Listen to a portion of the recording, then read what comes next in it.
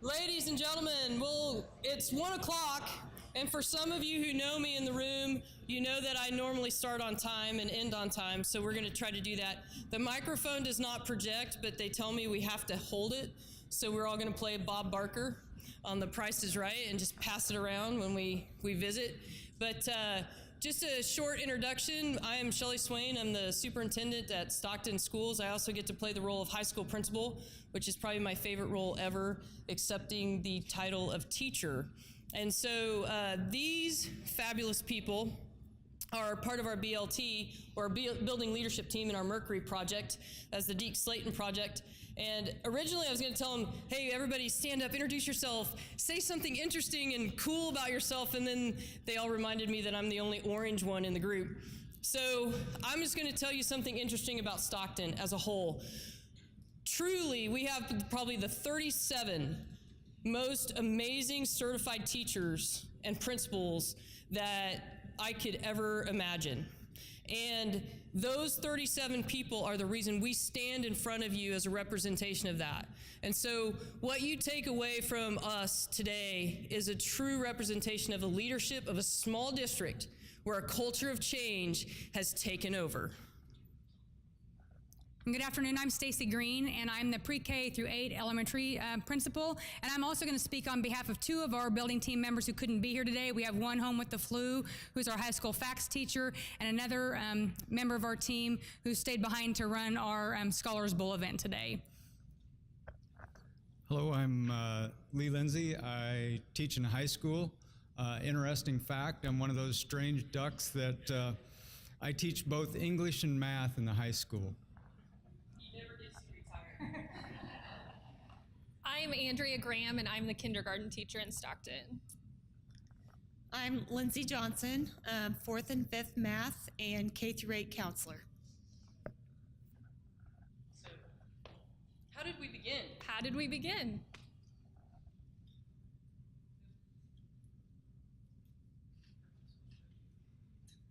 Maybe. It worked earlier. There we go.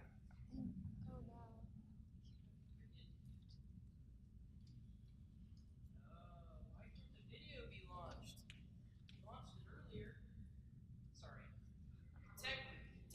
Tech skills are not my strong point, but we were rolling earlier. So, well, let's just keep going. All right, so we were going to share with you kind of the journey, where the journey started. When we first received the phone call from Jay and Tammy that said we were chosen to be a Mercury school district, and then how we chose to involve our students, and the video is super cute, but it's the tiger mascot all over town. And so we would walk into this business and say, hey, would you wear this mascot head, and take a picture to show, we want our tigers ready all over the board. So it was really cute, but It was. so the first part of the journey that we started on was we needed to define our why. And in Redesign, as you walk through the process, we wanted to make sure that our redesign was not opinion-based. We wanted to make sure it was not what is easiest for teachers or what makes teachers most comfortable, but we wanted to make sure we put our students first, that we gave students and teachers the freedom to teach and learn the way that is best for them, and we wanted to give everyone involved choice in how that happened.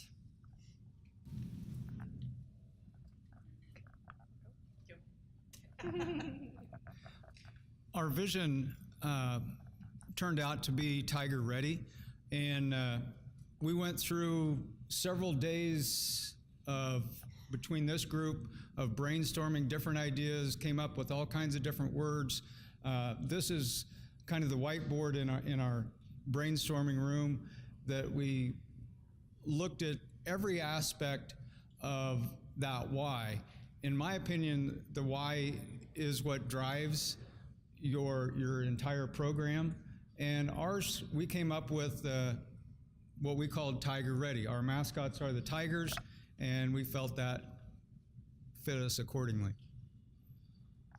What does it mean? Tiger Ready stood for, it's just an acronym, and we came up with the touchstones, and they are 6 social emotional skills that students should have. Can you guys name them off? Respect, responsibility, creativity, integrity, honesty, Creativity. confidence. Confidence. Okay, that was a test on their part. Okay. We had created those about the 2 years before, and we felt like that was something that as a staff we couldn't dismiss, and so we pulled that in. The second one is innovative. We want our students to be forward thinking and ready to go. The third one is grit. We want them to be able to work through struggling times. Our group has learned grit through this process because the process of redesign is not easy. It's a struggle every day. We're pushing and pushing and pushing to get things done. So we've learned along with that. Empowered, we want our students to be self-taught learners. We want them to be able to push through by themselves, not something that we're taking their hand and pulling them through, but they're walking through on their own. Relationships, as most teachers know, 90% of the classroom is relationships, and we felt that was a very strong piece that our students needed as well.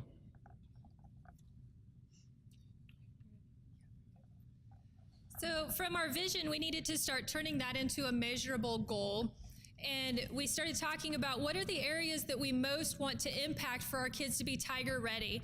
And Tiger ready not just for life someday, world ready, but we also want them Tiger ready each and every day when they walk into our classrooms or our building, or when they change classrooms. And so the three areas we most wanted to impact were social emotional intelligence. We wanted them, the E and E is engaged, and we want them empowered.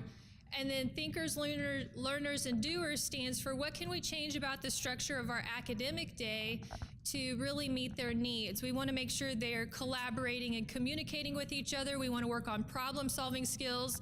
We want to make sure that we're using our technology to really help them be innovative, not just use it as that communication tool or as a digital worksheet. So those were some of our goals as we set forth. And from there, we turned each of those areas into research teams. And like Shelley stated earlier, we have 36 staff members. And so we decided we were going to just divide them into 3 teams. And where our redesign is unique is we are a pre-K-12 redesign. So our research teams were researching for the whole district what really would be best in these areas. So when we started, we just sent out a Google survey to our staff of where would you really see yourself, or where are you passionate about researching? And we asked them to give us a couple of choices, knowing that you might not get your first choice. So we were heavy on the social emotional side, and part of that we felt like was because we'd already done so much work, like Lee said, developing our Tiger Touchstones, but also working with Rebecca through SDAC and our Trauma Informed.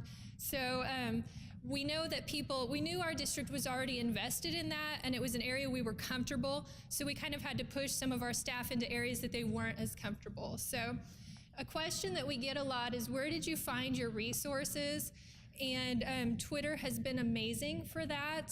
ASCD has also given us some phenomenal resources, and so when we would go on to like Edutopia or something, we wouldn't stop with the article.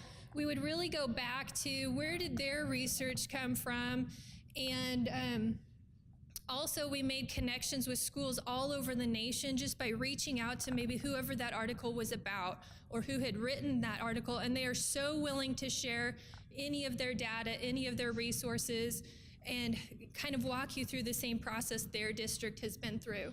So with these research teams, we kind of set some guidelines for our staff, and just forget about how school has always been. Forget about what you know, and really just have the freedom to dream about what it could be or what it should be. We wanted them to make sure, like going back to the resources, that they weren't just doing a quick little Google search and moving on. So we did have some coworkers who were taking master's level classes, and they had access to some better databases than what we had. So is there anything else in that with our guidelines that we set? I felt like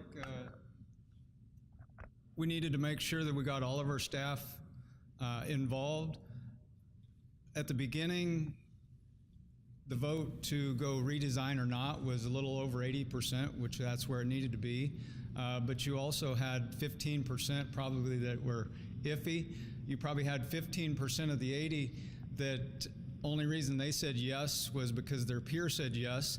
And then once you get started and you find out that it is a little bit difficult, you have another 15% that are, so you're looking at close to 50% that are kind of iffy on whether they want to do a redesign or not. And so making sure all of your staff have the buy-in to do the research, because even if you don't have buy-in and you start looking at the research, you're going to go, if you're a teacher of any kind, you're going to go, wow, I didn't know that. Wow, I didn't know that.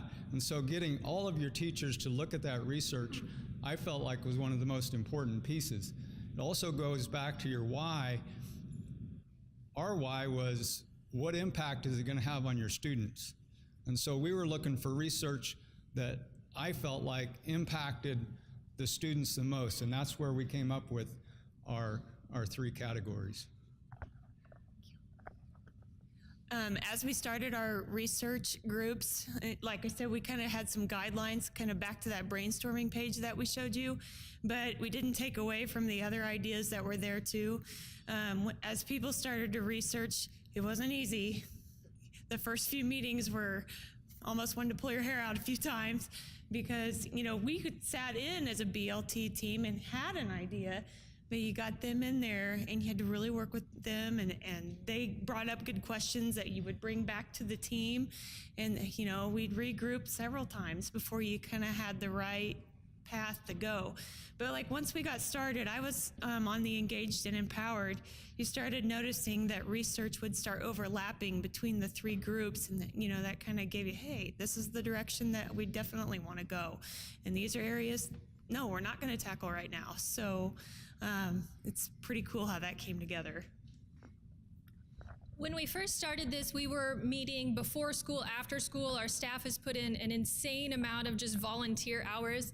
And so we did go back and we built in 1 day a month. We have a PLC for about an hour and a half where our kids are still at school, but they're engaged with members of our community who come in and do lessons through like Ag in the Classroom. Our director of our local rec commission will come in and do something with healthy eating or exercise. So our community has gotten involved in that side too to provide us with that time. And then we ask our school board for 4 additional professional development days through the spring. The next part just talked about how we have involved students. Do you want to talk about the change chats? Shelley came up with an idea and called them the change chats. They're actually in the high school, and she took every high school student in small groups to lunch. And so they sat around lunch, they ate, and she started asking them questions. And they kind of divided the high school up into different groups, and each one of those groups got to invite a particular teacher that they wanted to take to lunch with them. And so I got to go to one of the change chats and sit in and listen to what the conversation was between Shelley and the high school kids. And so we got their input on it, not just thoughts that the staff wanted as far as redesign, but what did the students think about a redesign? And I think they're an integral part of it, and you can't leave them out. And then if we can get our links to work, we sent out to our junior high kids a Padlet asking them, what are we doing well as a staff or with your teachers? And also, what does the perfect day of learning look like for you? So if you have not used that, the Padlet app, it's a phenomenal tool, not just to collect feedback this way, but also to use just in your classroom. So they gave us some really great direction on that. And as we've gone further into the journey to go back and look at these, it's really neat to see how it all aligns, what the kids are asking for, what the parents want, what we as teachers have said is most important. It really does line up. It's all right, it just is. All right, so maybe here's the most important and exciting part of change is hard. And while we're excited about it, it's still something that we have to support our staff through because we're all going to take change in a different way. Some of us are going to take it head on, like, yes, let's go, and some are a little more reluctant. So one of the things that we wanted to highlight for is just the the power of availability. And at the beginning of the school year, we sat down and we wanted to define among our staff what is rigor. And so at the end of that day, then we rolled out, we want our vision to be Tiger Ready, but we need your help in determining what this acronym is. And before we left that day, we said, do not leave the building until you feel comfortable and you have all your questions answered. And that was the first time that some of the staff members, I think, came to us. And I mean, we talked for hours that afternoon, and that was really the first time that I feel like we were unified in our vision, but also unified in we want to make this work, but how do we do it, and how can we support you to be comfortable in that change? So. I think with one of the items we have is school visits. We looked in our research, there are schools out there that are doing some amazing things, and for us to feel like we really looked things over, we went out and visited different schools. And my suggestion on that, I'm a proponent of getting everybody involved. You're going to have a large number of staff that are just, I want to go, I want to go, I want to go. And they go on every visit that you can take them on. But my suggestion is make sure you also take some of those staff that are not the gung-ho ones.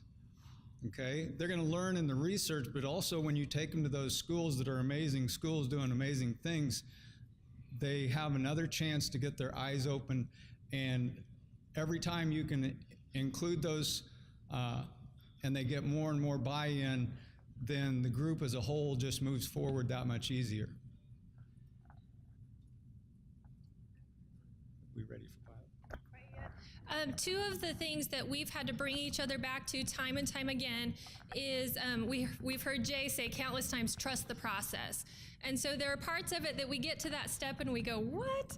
And Jay just keeps telling us, trust the process. And so each step of those process has been what has led to our staff buy-in, or most recently, what has finally led to some significant community engagement. So it is what it is, good or bad.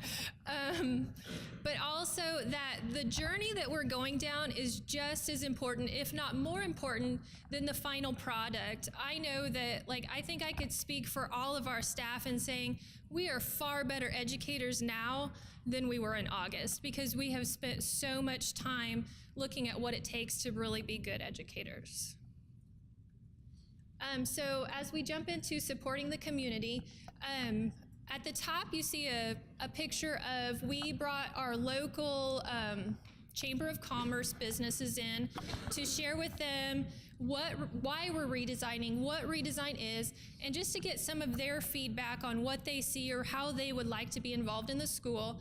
And we also had a community meeting where Jay and Tammy came to facilitate that with us, and we just invited the whole community, the parents, anyone who would like to come. And then you see some other ways that we have communicated throughout this process. But with that community meeting, one of the things they asked for was, can we do this monthly? And so we've tried to provide one time a month where families, community members can come in and we kind of share an update on what the process is. And then we open it up to questions, comments, and concerns maybe. But the nice thing is too, those parents feel like they have a place where they can come be heard, and it opens our eyes to how very different they view this than we do. They want to know that their kids are safe. They want to know their kids are cared for, and we really do have the same why. We just have to make sure we're communicating that. So. Back on that last page too, we had the social media, the pilot of the week, where they're putting out things that we've tried with pictures of, parents' kids, so they can actually see them in there doing those things. And I think it met about 2,500 people or so got to see that, which is big where we are.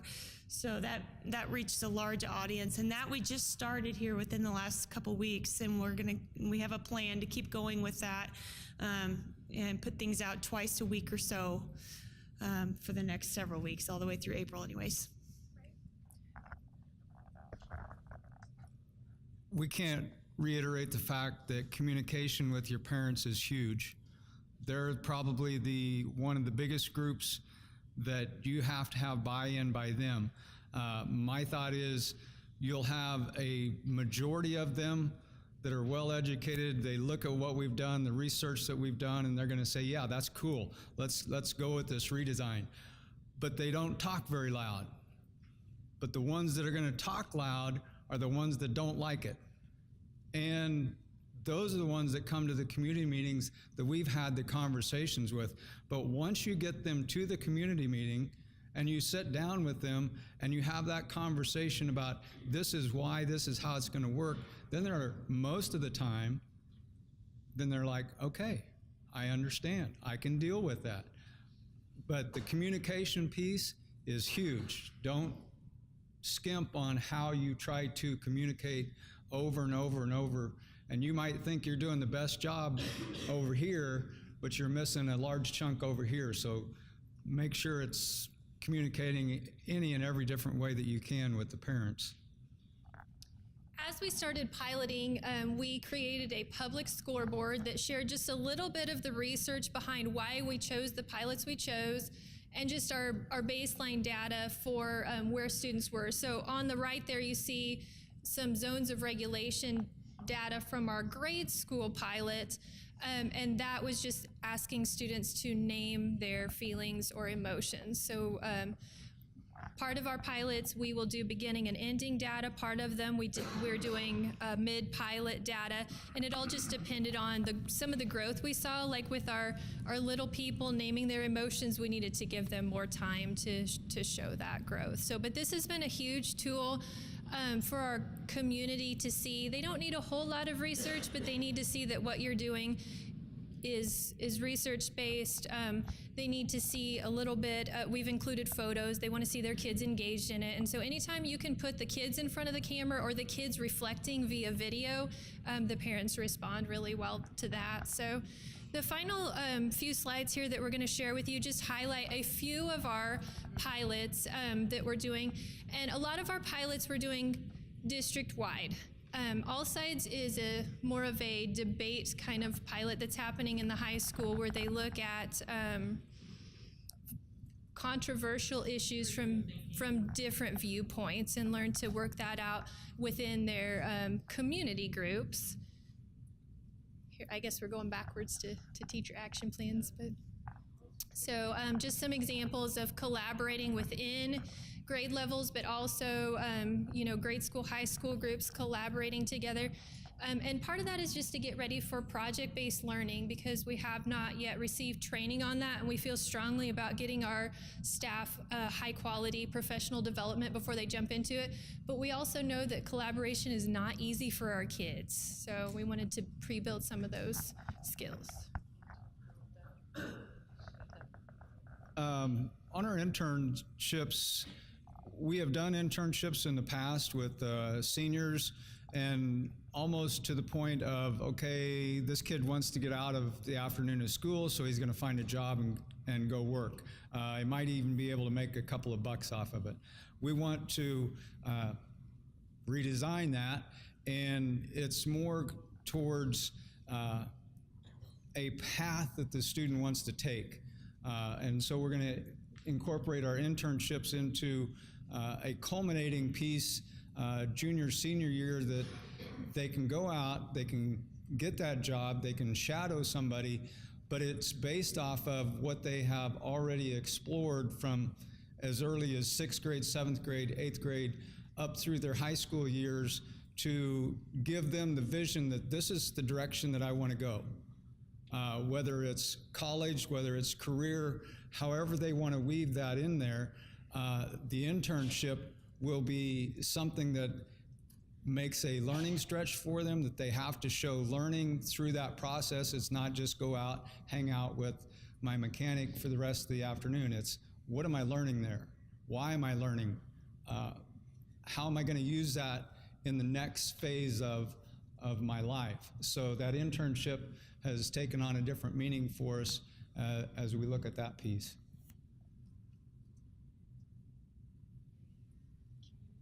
Communities, I'll let you talk in a minute. Okay. Communities in the high school where I'm at, we're kind of two-phased, and part of what our community does is look at that career and career path that a student wants to take. So we start working with them early and often to explore, and then as they get older and older, to focus in on what they really want to look at. The other half of communities in high school is we're looking at social emotional issues, which were our touchstones earlier that we mentioned. My thought is we're trying to build trust in the mentor, trust in your peers, and trust in a community group. And that's kind of what we're looking at in the high school. I tried to steal the mic from him because this is by far our favorite time of the week at the grade school, students and staff. We got to meet early this last week for PLC. The kids got to be in community time for like half of a morning on Wednesday, and they were so excited and came back ready to do it every day. It is just the highlight of our week. It's kids supporting kids. We're in kindergarten through 5th grade communities. So many social emotional skills that we felt like as teachers in the past we had hit well, and our communities are showing us we haven't had the right kinds of conversations with kids. So for example, 2 weeks ago we decided to focus on responsibility, and they did a great job of sharing how they're responsible at home, and across the board in our communities they couldn't really tell us what that meant at school, even though we've all hit it any number of times. So what we did was we borrowed from our visit to Oaks, North Dakota, and they follow Ron Clark's Academy, and they have houses. And so each of our communities chose a name that represents one of our Tiger Touchstones, and then they chose a foreign language to go with it, and created some sort of like group mascot. So then weekly we celebrate what has happened during the week, we talk about the challenges we've had, and we have some sort of a skills lesson in that. So if you go ahead, there are a couple more. Yes, okay, so what they were showing you was the K through 5 communities, but we're also piloting a small group of 12 in the 6th through 8th grade. There's 4 kiddos from 6th, 7th, and 8th to make year 12. And we went ahead and kind of picked those kids first and got permission from their parents to make sure that that was okay, because they were kind of handpicked. They are working on kind of lessons that they choose, and just a lot of get to know you and relationship building type lessons. And I have heard so many wonderful things come out of there, like, this kiddo is talking to me. I haven't heard them say anything hardly in class unless they're called on, answer the question, and then that's it. So I have another group at that time of younger students. I would really like to go in though and kind of see for myself, but yeah, it seems to be a hit. So one of our focuses also is personalized learning and using blended learning as part of that. And we've made it a goal for ourselves. We want to integrate technology into that, but we also want to take advantage of the human resources that we have. So specifically K3, we've made it our goal that we do not want to do any more whole group instruction if we don't have to. And so there are going to be times during our day that we know that's important, but for our core content of the day, our kids are going to be engaged in small groups or individualized lessons, and we're exploring that through like a personalized playlist, and also just working with data and creating different groups. So our kids have really enjoyed that and been really motivated by it.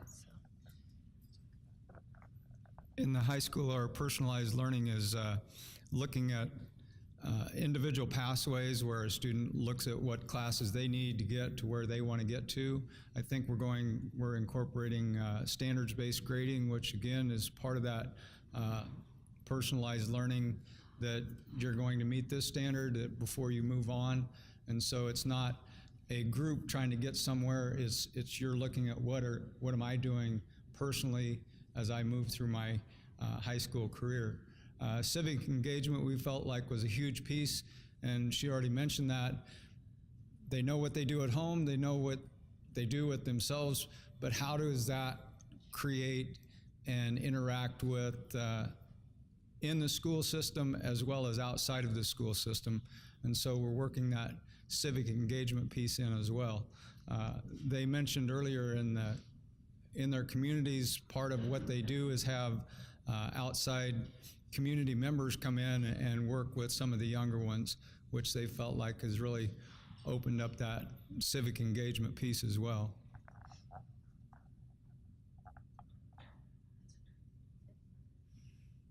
You want to see the video? Can we do it? Yeah.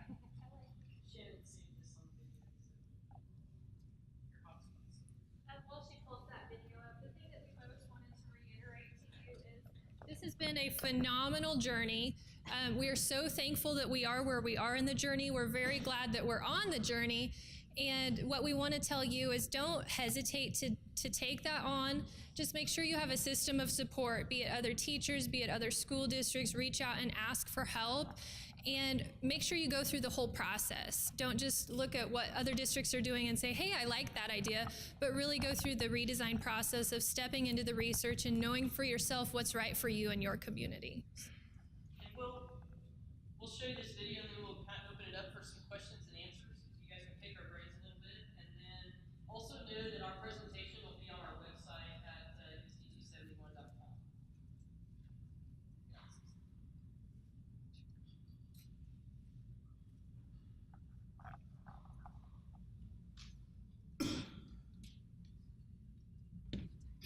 This is the best day ever. Next on the list, Stockton. Tigers. 271. Yeah, let's do it.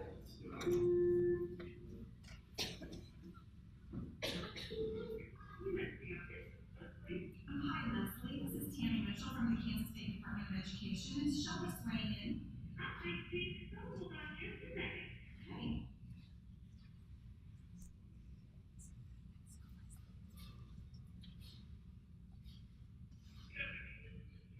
Hey, Shelly, this is Jay Scott and Tammy Mitchell from KSDE. How are you?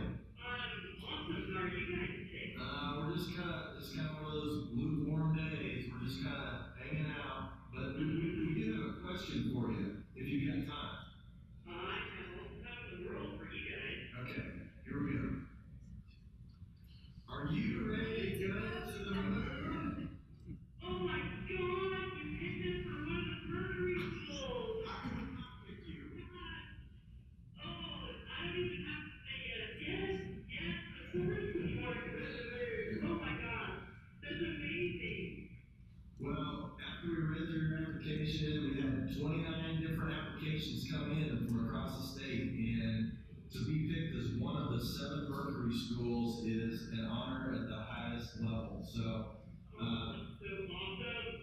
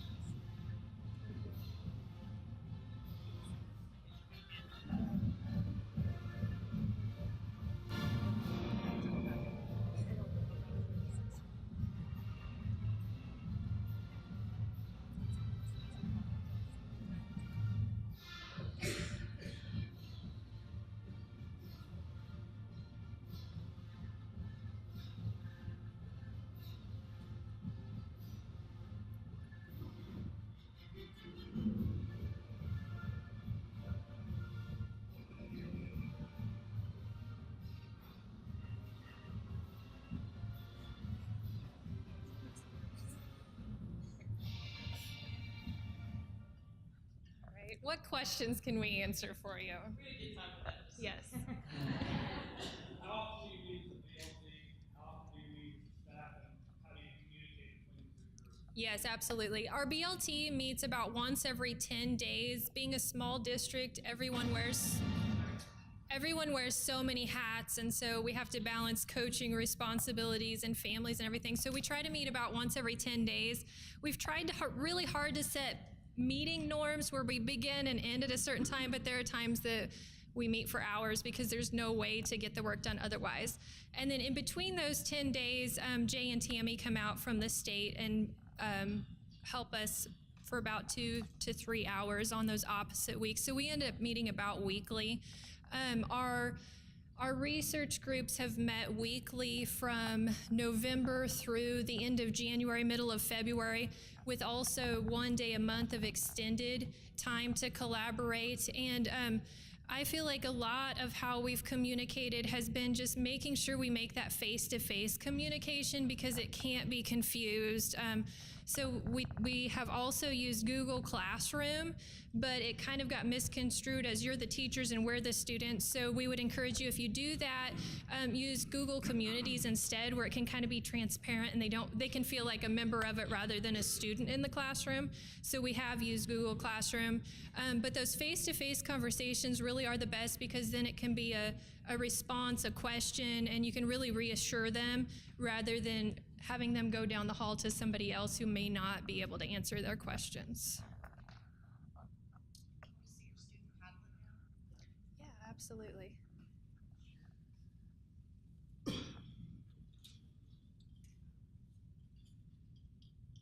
Take good notes the whole time you do every meeting, because I don't know how many times I go back and look at what we did in September, and I mean, there's a lot of back and forth. That was one of the things as we prepared for today to be able to go back through the whole journey, and it's almost like reading your journal of emotions that are written out for you. But it's really exciting to see where we are and where we said we wanted to be and seeing that kind of play out before our eyes now. Can you speak to a little bit more about what the core content at the elementary level looks like when you're talking about the smaller instruction and not that whole group large piece? Right, absolutely. Right now we're piloting Dreambox for math, and we've been using Lexia for reading for several years, but we also have Journeys for ELA and Go Math for our math resource that we're using. So we're really kind of just pulling from here, there, everywhere to look at what our standards are and what best meets the needs of our kids. We did ask staff to list non-negotiables of things that have already been working well for us. We don't want to abandon ship on some of those things. Guided reading K-3 is something we will keep, but we're also using a strong center-based approach to that, so there is that individualized and small group component. We're looking at as well as at the math area. So, and most of our classrooms already have that in place. We're just talking more about the common language and common setup.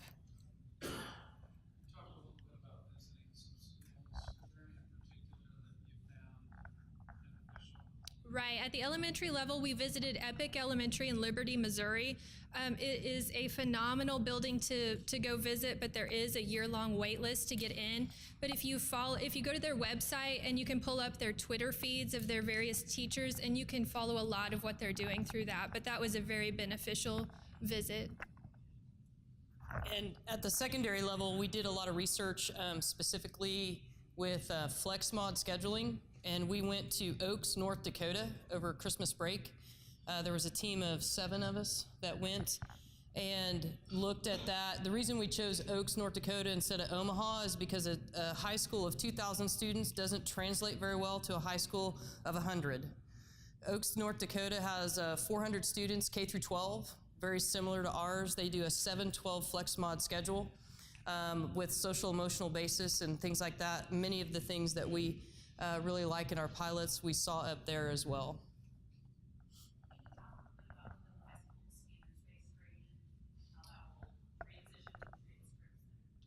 Standards-based and transcripts, mathematics. That's one area that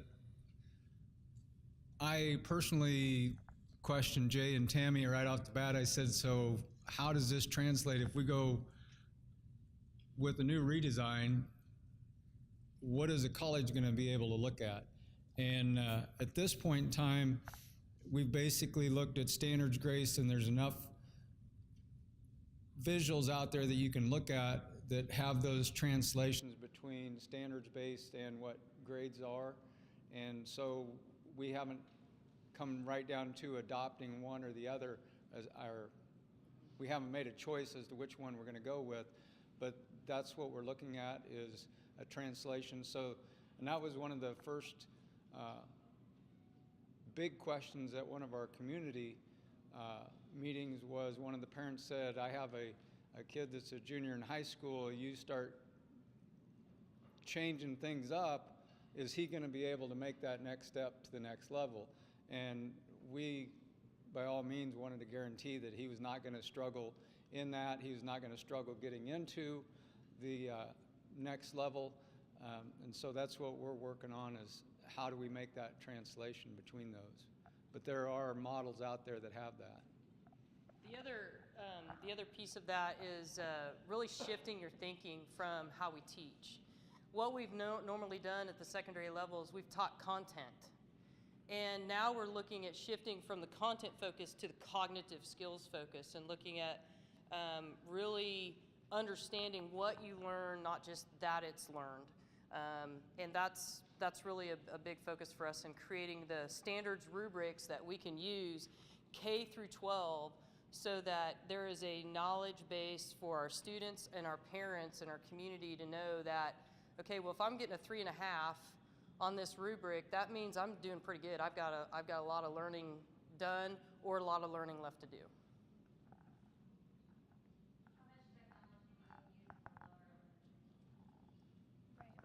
We are one-to-one with iPads, and we also have Promethean boards in our classroom. So Dreambox and Lexia are both technology-based, and the prescription for the kids on that is about 60 minutes a week in each of those programs.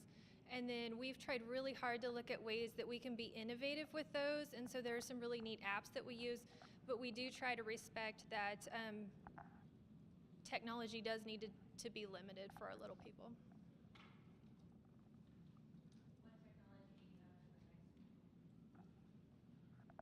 I'm going to fill in the gap there also. From 4th grade up, we have one-to-one Chromebook or bring your own device. They have both of those options available, but we are Chromebook from 4th grade up. They do Reading Plus on their Chromebooks in high school, and then whatever any individual teacher wants them to pursue.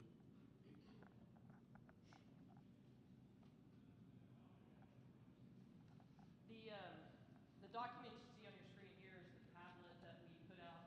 We did it in a PDF, so make sure it was easy to see. But these were the hopes and fears that we asked our teachers to share. And it was very powerful for us to see that and share those with each other and collaborate on those, so that we could be supportive of each other as a whole staff.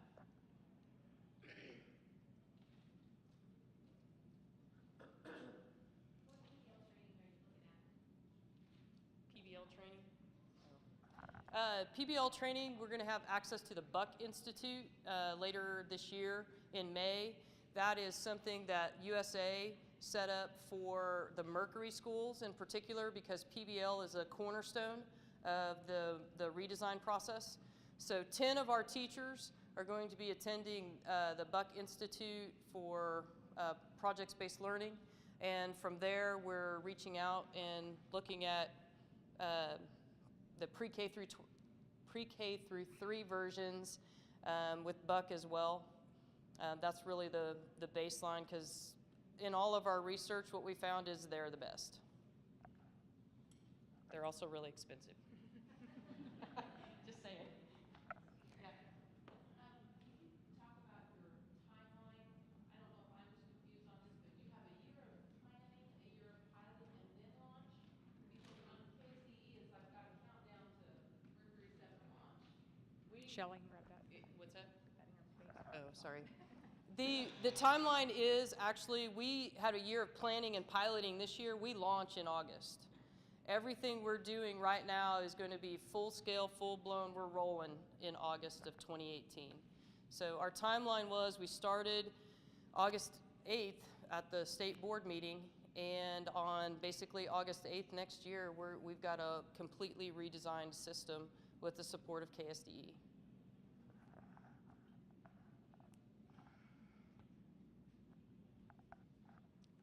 I might add, you probably noticed it was very profound that Shelley and I didn't speak a lot during this communication to you, and that's pretty much the way it's been through this whole design process. Our staff, the 37 of them, have led this process. We've been along to support, to stand beside them, to put the resources in place, but this is coming from a system approach of teacher-driven, and that's been huge. I can't speak enough about that. You may think you know the culture of your building, but you really learn the culture of your building through a process like this. As we've said many times, we don't want to sugarcoat this. It's hard, but it's awesome. And I think that's the thing to keep going back to, is that when I walk up and down the halls, or I hear the staff share with you, share with our community, share in the many ways they have, they know what will happen come August. It's driven by them, and I can't say enough about the wonderful things they've done through this process, and I can't wait to see what happens when we go to full launch in August. But it's been profound to take that step, and hard to step back and give it to them and say go, but it'll be the one that sticks and changes, because it's not being handed to them, it's being dreamed and projected through them. So, other questions? You mentioned that you are better teachers now than you started in August. Are your teachers all of them into Twitter? I mean, what are you doing to get them all there? We are not all into Twitter, and it's been about I'm new to Twitter. When I found out we were chosen to be a Mercury school, and you can Google search Redesign and nothing comes up. So it kind of forced you real fast to turn to Twitter for that. But it's become an awesome network for me professionally. I've really enjoyed that. So no. And about a month ago, we were at a place of being insanely frustrated with some of our coworkers and how to support them through change. And I told Stacy, one of the things Dr. Watson talked about is, we have pockets of innovation. How can we bring those system-wide? And I told Stacy, I just want to go close my door and be innovative in there, because modeling change and encouraging change is not an easy role when it comes time to talk with your coworkers. So that's probably been our biggest challenge, is to support them where they are, but really encourage them to take that step out in faith that this really is for the right reasons. I've been teaching for 26 years. I have one more, and I can retire. And I think that's why they put me on this group, because they knew if they could get me to change my mind, that they could change anybody's mind. But truthfully, I think by doing the research, as I've said, I've taught for 26 years, and my premise as a teacher has always been relationships with your students, which I felt like was huge. But looking at the research that backs that up, and the other social emotional skills and how strong they are, it just blew me away that was such a strong piece of how a student learns. I'm academic. I teach math, I teach English, and so that's what I presented to my students for so many years, with that basis that I needed to make a good relationship. And if I made a good relationship with them, they were a lot better off as a student. But with the research behind it, I think it just shows any teacher that these things that you're researching are so much more powerful than just what you've known in the past. We also don't want to give you the impression that Twitter is what has made us better educators. Part of John Hattie's research is that when he looks at effect size of things that really do impact education, and I believe number 2 on the list is collective teacher conversations, just like we're having here, or when we go back to our PLCs. Because if I'm just looking at Twitter, I'm probably looking at what I'm already comfortable with as an educator, or I'm just looking at my grade level. And so we've had to really step outside of our comfort zone and look at what other people are doing. Look at how you and I can have a different opinion in this, but we can bring it to the table and have a conversation and come out with something better on the other side. Coming into this, I've been a math teacher for a long time, first year as a counselor, and there's just been a whole spectrum of things I think that has helped make me a better educator all around, from the trauma-informed to the zones of regulation that we have been researching. I just see the kids through a different lens now. Why is this happening? You know, how can I reach them? You know, it's not just the math, and you know, it's just so much deeper, and helping them understand why we do things. And I don't know, it just builds relationships all across the board, not only with your students, but with each other. And that was a wonderful thing for me coming into the district new. I mean, I feel like I've known them for a long time now. So, I mean, it's been a great experience all the way around. I believe our time is about up, but we do have some connection cards that have our school website, I believe the district Twitter feed, as well as all of our email addresses. So if you want to grab one of those, we would love to connect with you and continue the conversation. But we are USD 271, not 217. So. Places where the superintendent forgot to proof the number. Because she has nothing else going on. Because I didn't have anything else